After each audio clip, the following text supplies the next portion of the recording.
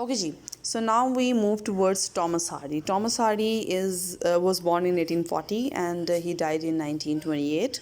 He is a novelist and a poet, but he is known more for his novels and less for his poetry. His main fame is regarding his novels. He is buried in Westminster Abbey. Basically, there's a controversial sort of issue. Thomas Hardy की अपनी wish ये थी कि he should be buried along with his first wife, but because of some controversies it was not allowed, and then उसके जो है वो एक resolving element ये आया कि his heart was buried in the grave of his first wife. However, his body is buried in Westminster Abbey. He was influenced by Romanticism, but he's highly critical of the Victorian society, and all his works are known for this sort of criticism of the Victorian society. If we talk about his writing style and his approach towards the depiction in literature, we find out that he is more of a pessimist rather than a realist. जो approach उसकी है, जो depiction उसकी है, वो although realistic है, but आप ये कह लें कि उसके अंदर एग्जैजरेशन है ज़्यादा. जो पैसिमिस्टिक साइड है, जो नेगेटिव साइड है उस रियलिटी की, उसके ऊपर ज़्यादा फोकस है. That is why he is called as a pessimist. The major theme of his novels is centered upon the man and the role of fate in his life, and it is considered how insignificant man himself is in front of the universe, and throughout his life he struggles against the powers greater than himself, which refers to fate. That whatever has been decided for him according to his fate is something that is in a drastic contrast with his own efforts. He presents a very gloomy sort of philosophy. He has a gloomy philosophy towards life, and that refers to his pessimistic approach. If we talk about his novels are democratic in their approach, and he is the first one who presented a sinful woman as a protagonist. Before that जो है वो इस point पर आकर ये होने लग गया था basically जेन ऑस्टन के बाद से कि जो फीमेल प्रोटैगनिस्ट्स हैं उनको प्रेजेंट किया जाने लगा. उससे पहले तो फीमेल प्रोटैगनिस्ट प्रेजेंट किए ही नहीं जाती थी, but now Hardy is the first one जिसने एक sinful woman who is not considered to be holding that good a stature and that good a position in the society, उसको उसने अपना protagonist के तौर पर present किया. उसके जो ज़्यादातर novels हैं उनकी setting जो है वो एक semi fictional से region में है, termed as and known as Wessex. Wessex जो है वो basically एक आपको कि ancient mythological या fictional sort of town है. उसकी कोई historical evidence नहीं मिलती, लेकिन जो हमारे ancient literature है उसमें उसका reference मिलता है. तो it is considered maybe it was a real town, maybe it was a real place, but it is considered that more evidence is in the favor that it was a fictional town. Then another important thing is that he dictated his final poem, the last poem of his life, to his wife on his deathbed, and at that particular moment he basically wished to be buried in the same grave as his first wife Emma. He was deeply in love with Emma and he wanted to be buried with her, but because of that controversy he couldn't be buried. So his heart was buried in Stinsford with Emma in Emma's grave, and his body was buried in Westminster Abbey. His first novel is The Poor Man and the Lady.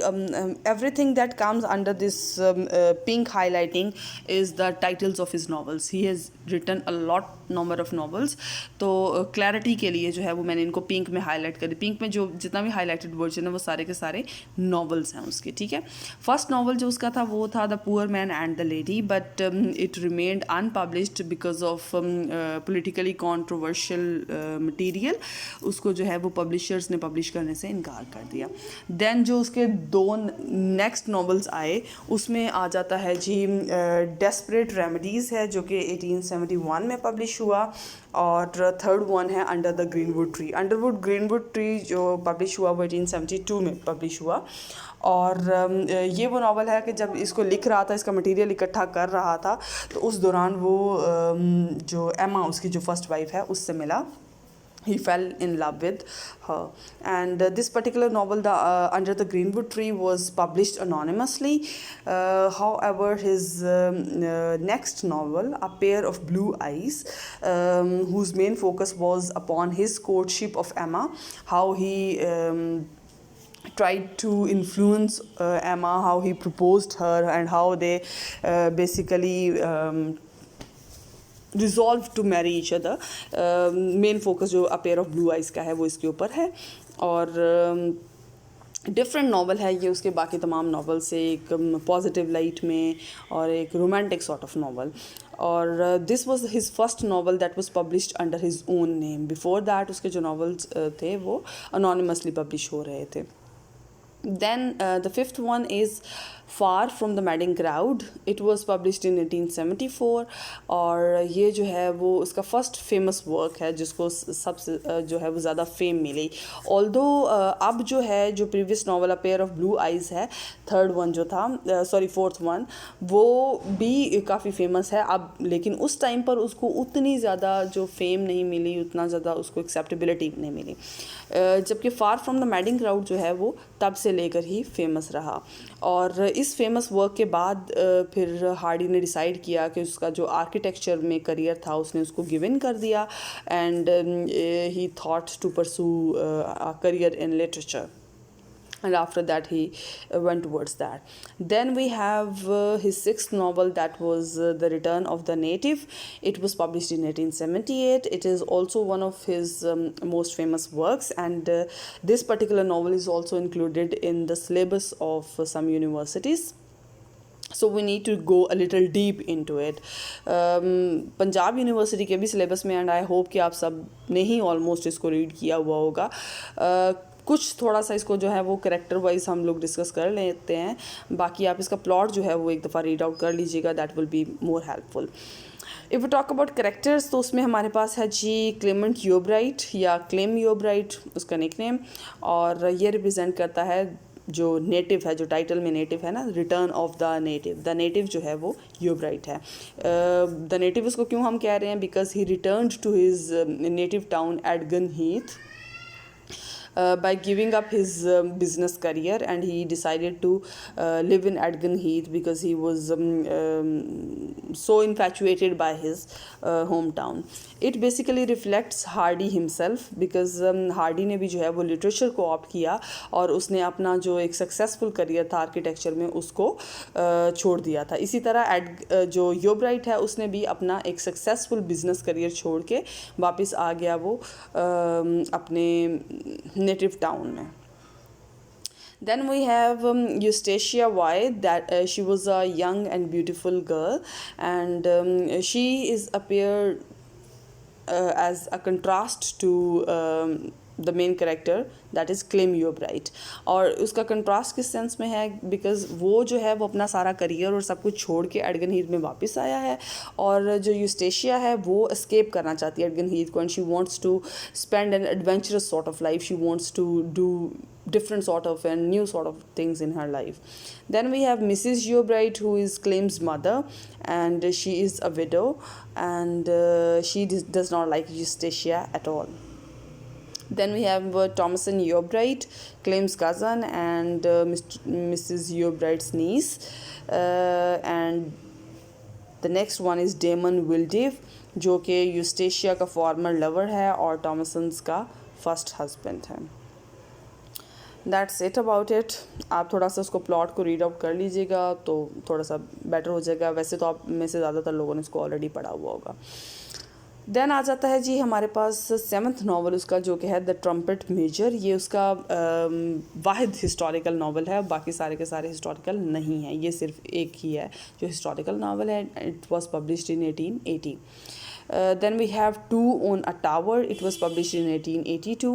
These two are not very famous, so we are not going deep into them. फिर हम आ जाते हैं जी the mayor of Casterbridge की तरफ, जो कि 1886 में पब्लिश हुआ. It is one of his famous works and the title of the novel was the life and death of a man of character.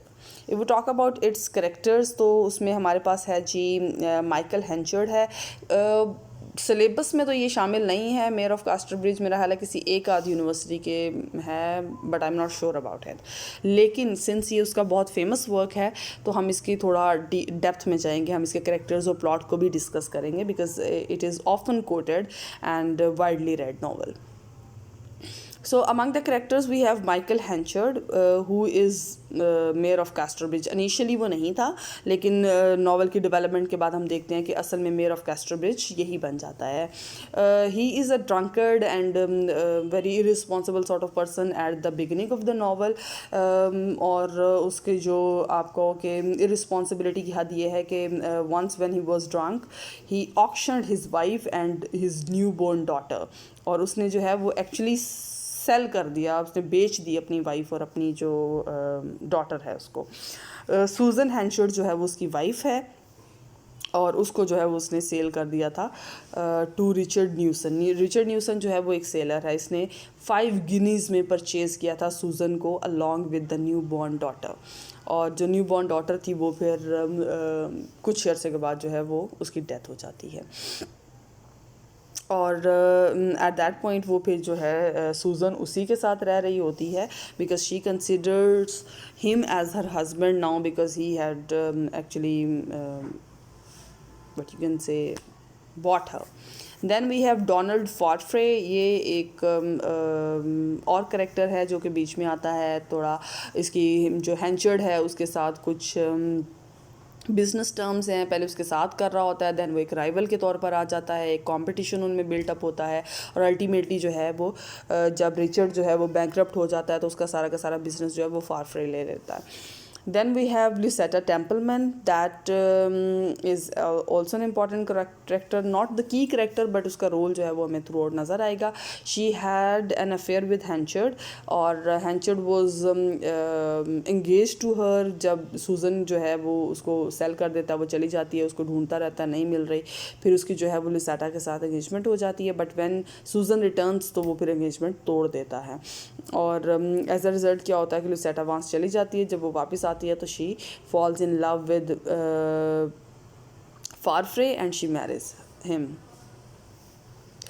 Plot को हम थोड़ा सा देख लेते हैं. हमारा जो नावल जब स्टार्ट होता है तो वहाँ पे हम देखते हैं कि हैंचर्ड जो है उसने अपनी वाइफ और डॉटर को ऑक्शन कर दिया. डॉटर का नाम है एलिज़ाबेथ जेन, और वो जो बिल्कुल न्यू बॉर्न है, और वो सून आफ्टर जो है उसकी डेथ हो जाती है.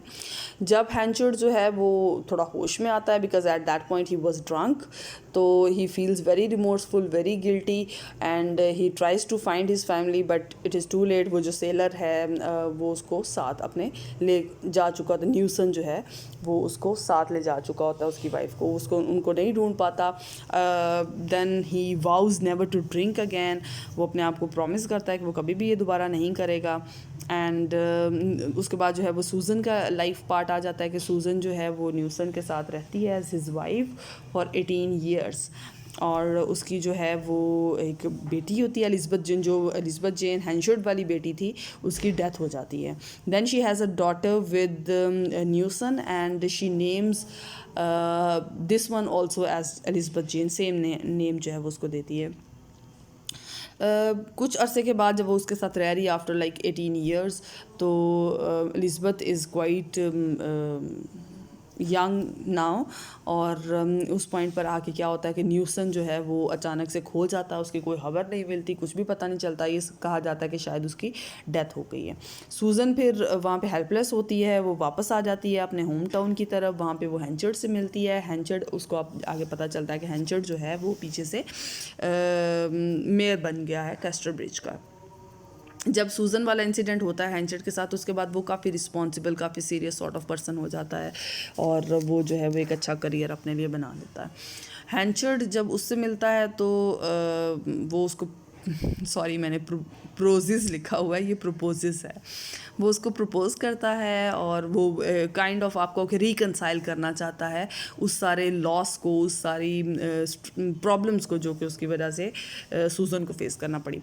वो उसको प्रपोज करता है और अपनी जो लुसाटा के साथ एंगेजमेंट है उसको तोड़ देता है। Then both of them marry. लेकिन सूज़न की जो है वो उससे थोड़ी ही देर के बाद जो है वो डेथ हो जाती है, बीमार पड़ जाती है, उसकी डेथ हो जाती है। जब उसकी डेथ होती है तो वो पीछे एक लेटर छोड़ के जाती है और उस लेटर में वो एलिज़ाबेथ जेन की जो रियलिटी है उसको रिवील करके जाती है कि वो न्यूसन की बेटी है, ना कि हैंचर्ड की। हैंचर्ड को जब ये बात पता चलती है तो वो बड़ा कोल्ड हो जाता है टुवर्ड्स एलिज़ाबेथ और उसके साथ जो एक इनिशियल एक बड़ा काइंड और love based sort of relationship है, क्योंकि उसको अपनी डॉटर समझता होता है, तो उसके साथ जो उसका रिलेशनशिप होता है वो थोड़ा सा कोल्ड पड़ जाता है। मीनवाइल जो है वो हैंचर्ड अपना बिज़नेस के कुछ बैड डिसीजंस की वजह से अल्टीमेटली वो अपना बिज़नेस खो बैठता है, बैंकरप्ट हो जाता है।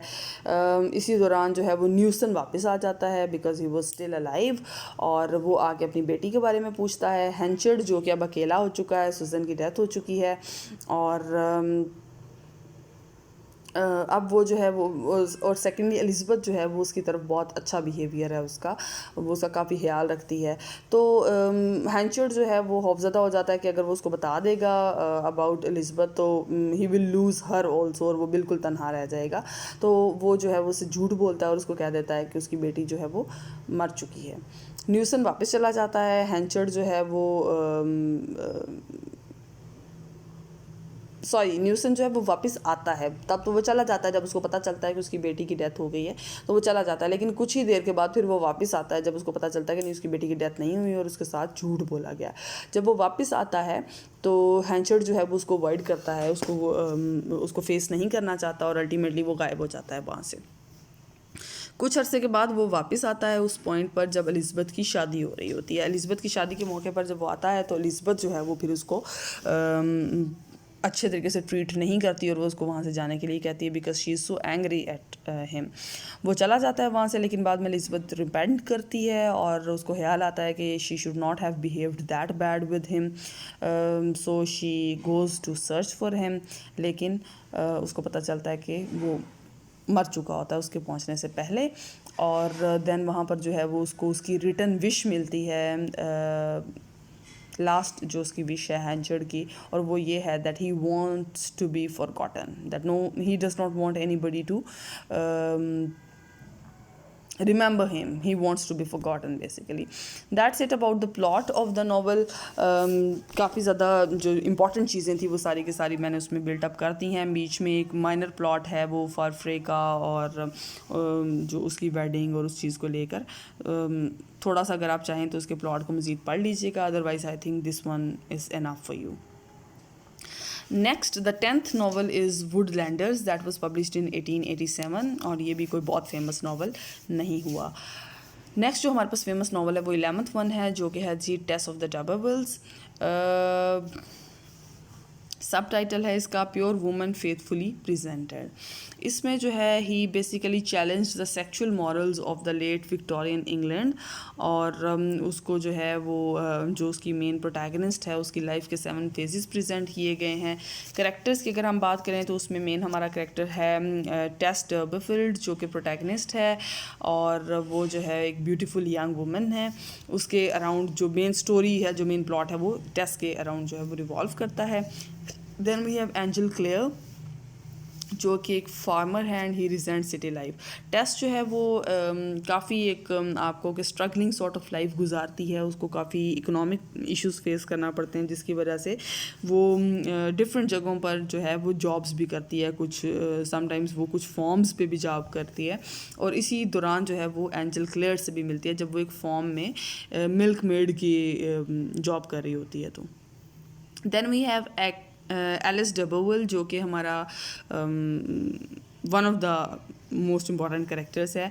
वो एक हैंडसम, वेल्दी, लेकिन एमोरल और मैनिपुलेटिव सॉर्ट ऑफ कैरेक्टर है, जो कि मैनिपुलेट करता है टेस को, उसको कन्विंस करता रहता है into falling in love with him, और वो किसी हद तक उसको ट्रैप भी कर लेता है, but then he could not be successful ultimately. And the next character is Sorrow. Sorrow जो है वो टेस का बेटा है with Alec, and he dies in his infancy. इसका भी मैं आपको रिकमेंड करूँगी कि आप इसका प्लॉट एक दफ़ा गो थ्रू कर लेना, टेस्ट ऑफ द डबरवेल्स, लेकिन मेनली अगर आप इस पे भी रहते हो तो I think it is enough. Then we have the last novel, that is Jude the Obscure, that was published in 1895, and it has a controversial treatment of sex, religion and marriage. इसके ऊपर main उसका focus है, और this particular novel was also highly criticised. Basically Jude the Obscure और Tess of the डबरवेल्स दोनों को ही जो है वो बहुत ज़्यादा क्रिटिसाइज़ किया गया। जूड द ऑब्सक्योर को ज़्यादा क्रिटिसाइज़ किया गया कंट्रोवर्शियल मटेरियल की वजह से, और जिस वजह से जो है वो कहा जाता है कि हार्डी ने जो है वो अल्टीमेटली फिर अपना जो राइटिंग करियर था उसको स्टॉप डाउन कर दिया। टेस्ट के बाद वो उतना एनर्जेटिक नहीं रहा, जब टेस्ट के बाद उसको बहुत ज़्यादा क्रिटिसिज्म फेस करना पड़ा था उसने फिर काम कर दिया। उसके बाद फिर जूड द ऑब्सक्योर लिखा, और ये भी जो है वो कोई बहुत फेमस नहीं हो सका, उल्टा उसको काफ़ी ज़्यादा जो है इस पर क्रिटिसिज्म फेस करना पड़ा। तो ultimately he ended his writing career. Okay, ji, that's it about Thomas Hardy, and we have treated it in quite good detail because he is also one of the very, very important novelists of the Victorian era. I hope you could understand. अगर कोई problems वगैरह हो तो you can ask me anytime. Okay, ji, Allah Hafiz.